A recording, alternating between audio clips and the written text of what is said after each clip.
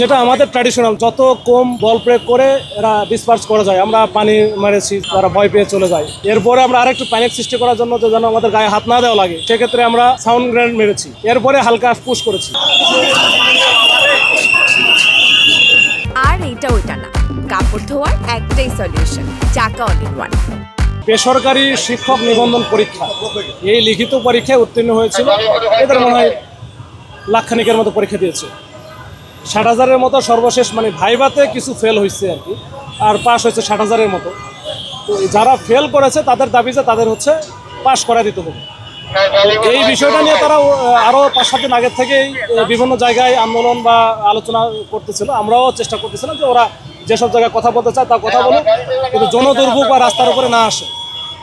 আজকে তারা হুট করে আসে, কিন্তু কোনো প্রোগ্রাম দেওয়াও ছিল না। তারা প্রেস ক্লাবের সামনে আসছে, ভেরি গুড, প্রেস ক্লাবের সামনে তো অনেকেই আসে। কিন্তু তারা এখানে এসে, আপনারা দেখছেন যে এখানে একবারে পুরো প্রেস ক্লাবের সামনে যে রাস্তাটা, এই রাস্তাটা পুরোপুরি বন্ধ করে দিচ্ছে। প্রায় আধা ঘন্টার উপরে ছিল। আমরা বারবার ওয়ার্নিং দিয়েছি যে ভাই, আপনারা এখান থেকে সাইড হন, সিঙ্গেল লাইনে গাড়ি চালানোর ব্যবস্থা করে দেন। আপনাদের সচিবালয়ে কার সাথে কথা বলতে হবে, মাননীয় শিক্ষা উপদেষ্টাও সময় দিয়েছেন, বলছেন যে 12টার পরে সে হচ্ছে তাদের সাথে বসতে পারবে।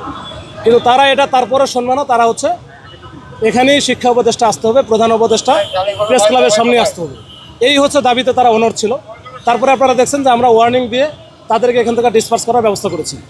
তারা এখান থেকে এই মুহূর্তে তারা নাই, হয়তো আশেপাশে বিভিন্ন জায়গায় চলে গেছে, গাড়ি যান চলাচল আছে, স্বাভাবিক আছে। এই হচ্ছে পরিস্থিতি। নিবৃত করলেন কিভাবে? আমরা তো আসলে, যেটা আমাদের ট্র্যাডিশনাল, যে যত কম বল প্রয়োগ করে এরা ডিসপার্স করা যায়, আমরা পানি মেরেছি, যেন পানিতে তারা ভয় পেয়ে চলে যায়। এরপরে আমরা আরেকটু প্যানিক সৃষ্টি করার জন্য, যেন আমাদের গায়ে হাত না দেওয়া লাগে, সেক্ষেত্রে আমরা সাউন্ড গ্রেনেড মেরেছি। এরপরে হালকা পুশ করেছি। এই হচ্ছে সর্বশেষ অবস্থা, এইটুকু। কতজনকে লাঠি এরকম আমার কিছু তো হবেই, সেটা আমরা ওইভাবে করিও না, আমরা করার চেষ্টাও করি না। আমরা চেষ্টা করছি একটু পুশ করা। কতজনকে অ্যারেস্ট করেছেন আপনারা? ধরেছেন কতজন? অ্যারেস্ট মনে করি নাই, যেহেতু এরা এমনিতেই প্যারায় আছে, আমরা ওইভাবে যাই নাই। তবে এরা যদি বেশি আরও ঝামেলা করে, সেক্ষেত্রে আমরা ওই দিকে যাব, যদি আবারও করে।